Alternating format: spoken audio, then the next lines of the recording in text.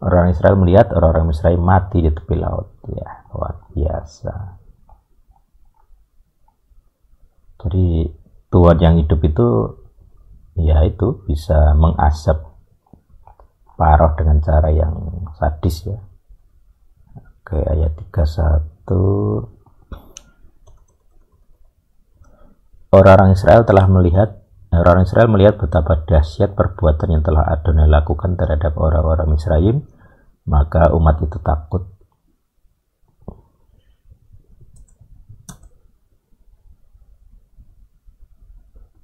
Maka umat itu takut akan Adonai dan mereka percaya kepada Adonai dan kepada Musa hambanya. El-Elyon El-Sadai.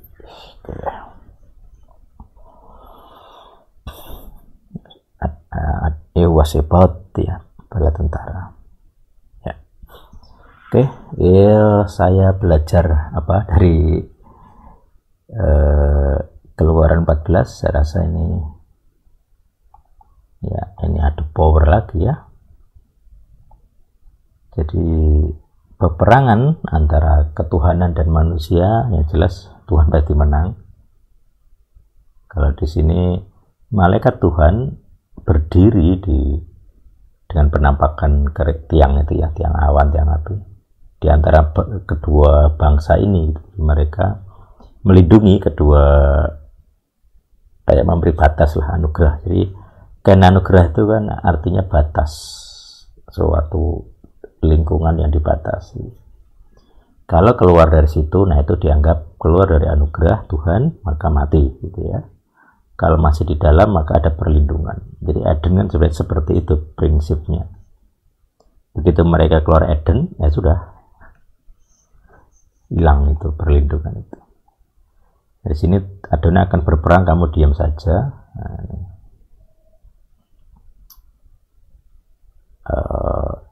Yaitu cara kita melihat Tuhan yang hidup itu begitu ya.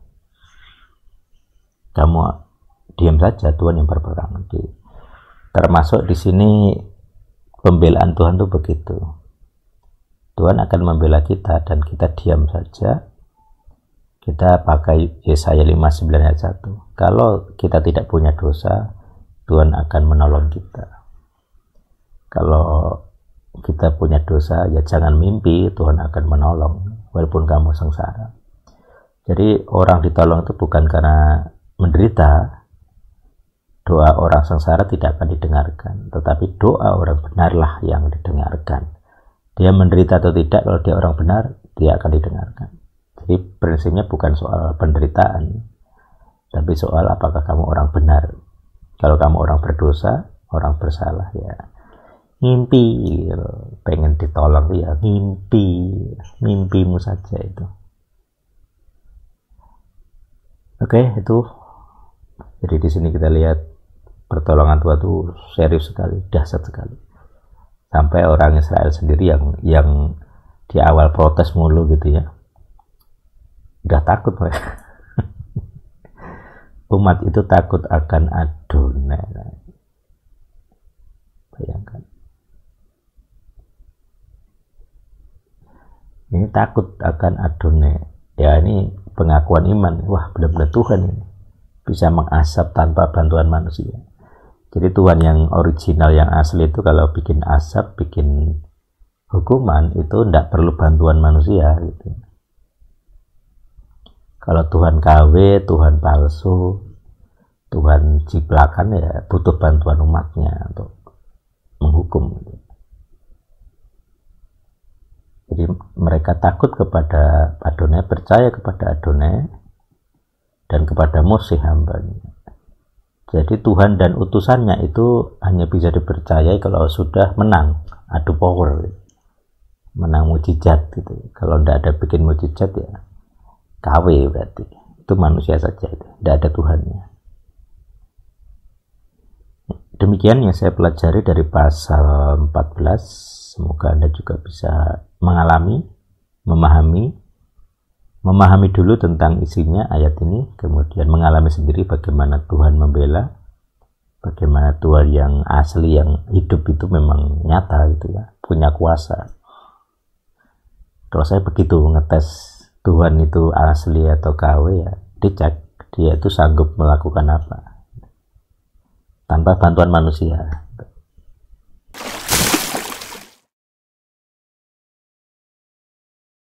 Assalamualaikum, kita berjumpa lagi dalam Trend Lesson Diary, kali ini dari pasal 14 Keluaran ya.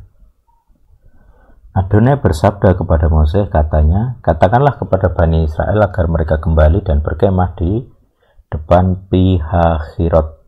Nanti kita cek Hahirot atau Hahirot, di antara Migdol dan laut itu, di depan Baal Zephon. Kamu harus berkemah di seberangnya di tepi laut. Ini siap-siap ketemu Paroh ya. Paroh akan berkata tentang Bani Israel, mereka tersesat di negeri ini, padang gurun telah mengurung mereka di dalamnya. Aku akan mengeraskan hati Paroh dan dia akan mengejar mereka. Maka biarlah aku dimuliakan melalui Paroh dan melalui seluruh tentaranya, dan orang-orang Misraim akan mengetahui bahwa akulah Adonai, dan mereka melakukan demikian. Tanda serunya harus di sini ya, tanda baca. Lalu jadi disuruh berkemah, lalu mereka melakukannya demikian gitu.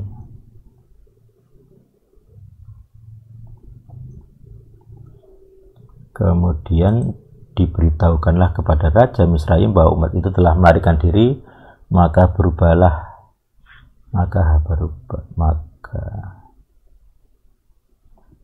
Paroh berubah, maka hati Paroh dan para hambanya berubah terhadap umat itu. Mereka berkata jadi Tuhan bisa membuat mereka berubah. Awalnya mereka girang, sekarang mereka marah-marah gitu. Mereka berkata, apa yang telah kita perbuat ini, bahwa kita telah menyuruh orang Israel pergi dari melayani kita. Lalu ia mempersiapkan kereta perangnya dan membawa serta orang-orang. Dia membawa 600 kereta perang pilihan, dan pada masing-masing kereta ada perwiranya. Jadi keretanya gede-gede ya. Oke, terus Adonai mengeraskan hati Paroh, Raja Misraim itu, lalu ia mengejar Bani Israel.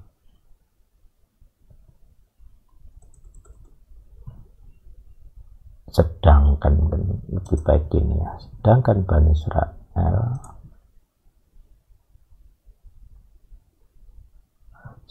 Israel berjalan terus dengan tangannya teracung itu semangat gitu ya. Orang-orang Misraim mengejar mereka dan suruh kuda kereta perang Paroh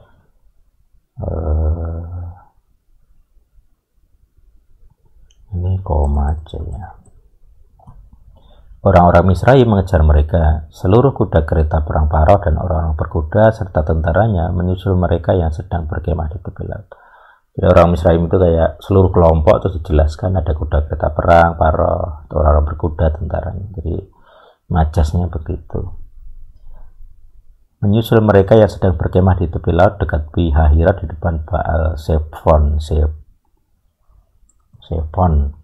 Adapun Paroh semakin mendekat, ketika Bani Israel mengangkat mata mereka, maka tampaklah orang-orang Misraim sedang menyusul di belakang mereka.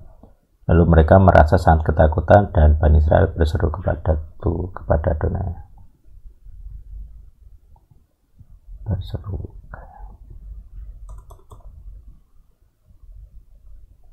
Sudah stres itu, mulai tadi berangkat dengan mana tadi, tangan teracung.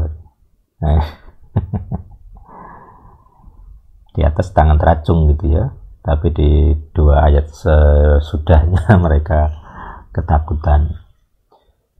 Ayat 11, mereka berkata kepada Moses, apakah karena tidak ada kuburan di Misraim sehingga engkau membawa kami untuk mati di padang gurun ini. Jadi marahnya kepada Moses ya, apakah ini yang telah engkau perbuat bagi kami dengan membawa kami keluar dari Misraim? Bukankah perkataan ini yang sudah kami katakan kepadamu waktu di Misraim, dengan mengatakan, berhentilah mengganggu kami dan biarlah kami melayani orang-orang Misraim, sebab lebih baik bagi kami melayani orang-orang Misraim daripada mati di padang gurun. Jadi ada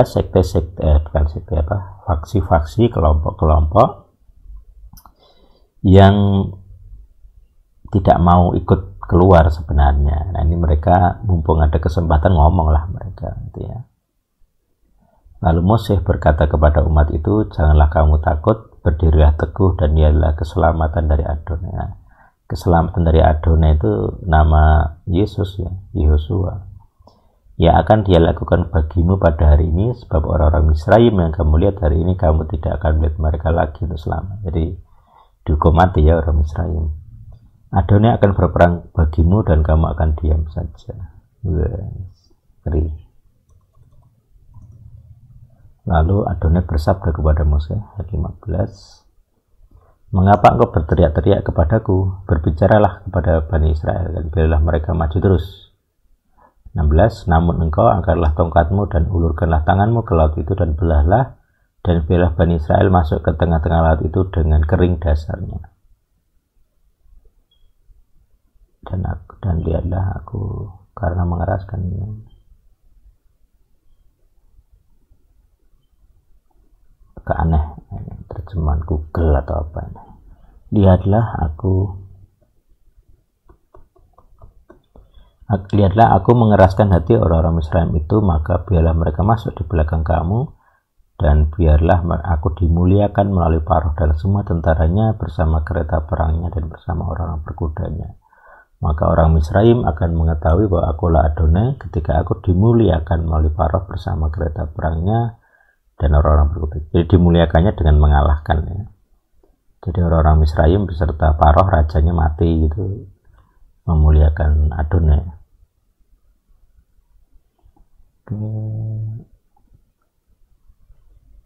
Malaikat Tuhan berpindah. Malaikat Tuhan berpindah malaikat yang sedang berjalan depanku. Malaikat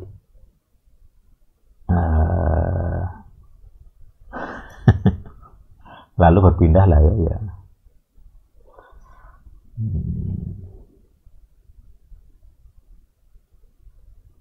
Memang agak menyulitkan kalau terjemahan Ibrani itu. Lalu berpindahlah malaikat Tuhan yang sedang, jadi penjelasannya yang sedang berjalan di depan perkemahan Israel lalu berjalan di belakang mereka.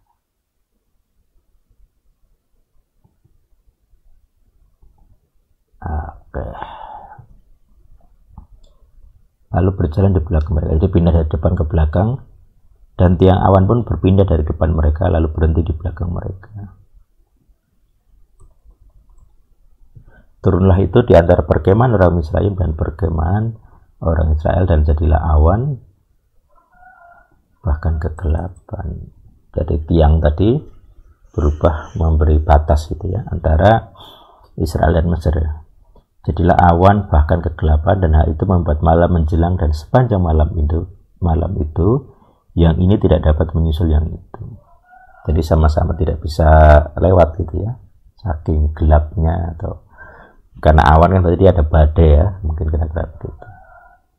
Lalu Mose mengulurkan tangannya ke atas laut, dan Adonai menguakkan air laut itu dengan perantaran angin timur yang kuat semalam-malaman. Jadi ini prosesnya lama ya, tidak singkat, tapi semalam-malaman. Dan dia membuat laut itu menjadi tanah kering dan air itu terbelah.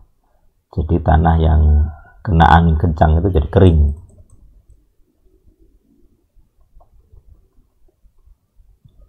Bani Israel masuk ke tengah-tengah laut di atas tanah kering, dan air itulah tembok bagi mereka dari sebelah kanan mereka dan dari sebelah kiri mereka. Dilindungi tembok sekarang. Orang-orang Misraim serta seluruh kuda Paroh, kereta perangnya dan orang-orang berkudanya masuk ke tengah-tengah laut itu di belakang mereka. Ngikut ya, kita ada jalan ngikut. Terjadilah pada waktu jaga pagi hari, Adonai melihat perkemahan orang-orang Misraim ada di dekat tiang api dan awan itu, lalu dia mengacaukan perkemahan orang-orang Misraim. Jadi karena mereka sambil seluruh bawa logistik gitu ya tenda dan macam-macam perkemahannya, atau sebenarnya perkumpulan ya, ini bukan, nanti kita cek.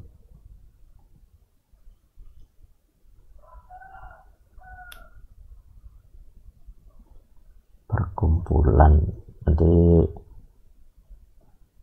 kalau perkemahan nanti kesannya itu diem, padahal bukan, ini harusnya ambil jalan. Perkumpulan orang-orang Misraim.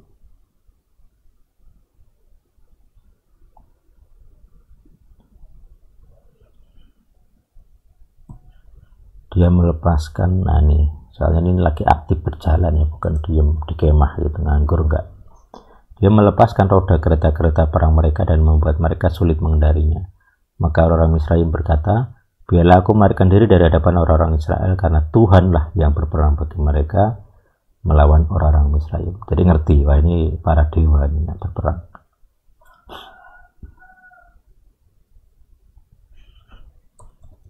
Adonai bersabda kepada Mose, ulurkanlah tanganmu ke atas laut dan biarlah air itu berbalik atas orang-orang Misraim, atas kereta perangnya dan atas orang-orang berkudanya. Mose mengulurkan tangannya ke atas laut dan berbaliklah air laut itu seperti semula menjelang pagi hari. Dan orang-orang Misraim yang berlarian saling menyongsong air itu. Nah, kasihan ya sebenarnya, melawan Adonai itu seperti itu resikonya. Orang-orang Misraim berlarian saling menyongsong air itu, dan Adonai menenggelamkan orang-orang Misraim di tengah-tengah laut.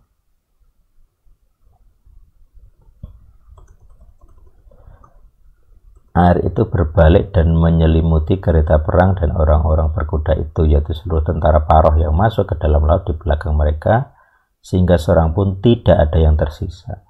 Jadi mati semua tuh, satu raja dan tentaranya ya. Bani Israel telah berjalan di atas tanah kering di tengah-tengah laut itu, dan air itu bagi mereka adalah tembok dari sebelah kanan dan dari sebelah kiri mereka. Demikianlah Adonai pada hari itu telah menyelamatkan orang-orang Israel dari tangan orang-orang Misraim. Orang Israel melihat orang-orang Misraim mati di tepi laut. Ya, luar biasa. Jadi Tuhan yang hidup itu, ya itu bisa mengasap Paroh dengan cara yang sadis ya. Oke, ayat 31. Orang Israel melihat betapa dahsyat perbuatan yang telah Adonai lakukan terhadap orang-orang Misraim, maka umat itu takut.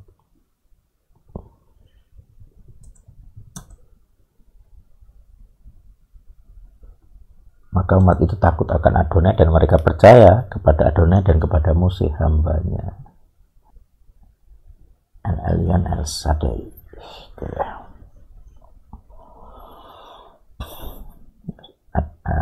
Wasebot ya, bala tentara ya. Oke, ya saya belajar apa dari Keluaran 14. Saya rasa ini ya, ini adu power lagi ya. Jadi peperangan antara ketuhanan dan manusia, yang jelas Tuhan pasti menang. Kalau di sini malaikat Tuhan berdiri dengan penampakan tiang itu ya, tiang awan, tiang api di antara kedua bangsa ini. Mereka melindungi kedua, kayak memberi batas lah, anugerah. Jadi kan anugerah itu kan artinya batas, suatu lingkungan yang dibatasi. Kalau keluar dari situ, nah itu dianggap keluar dari anugerah Tuhan, maka mati gitu ya. Kalau masih di dalam, maka ada perlindungan. Jadi Eden kan seperti itu prinsipnya. Begitu mereka keluar Eden, ya sudah, hilang itu perlindungan itu. Dari sini Adonai akan berperang, kamu diam saja. Nah,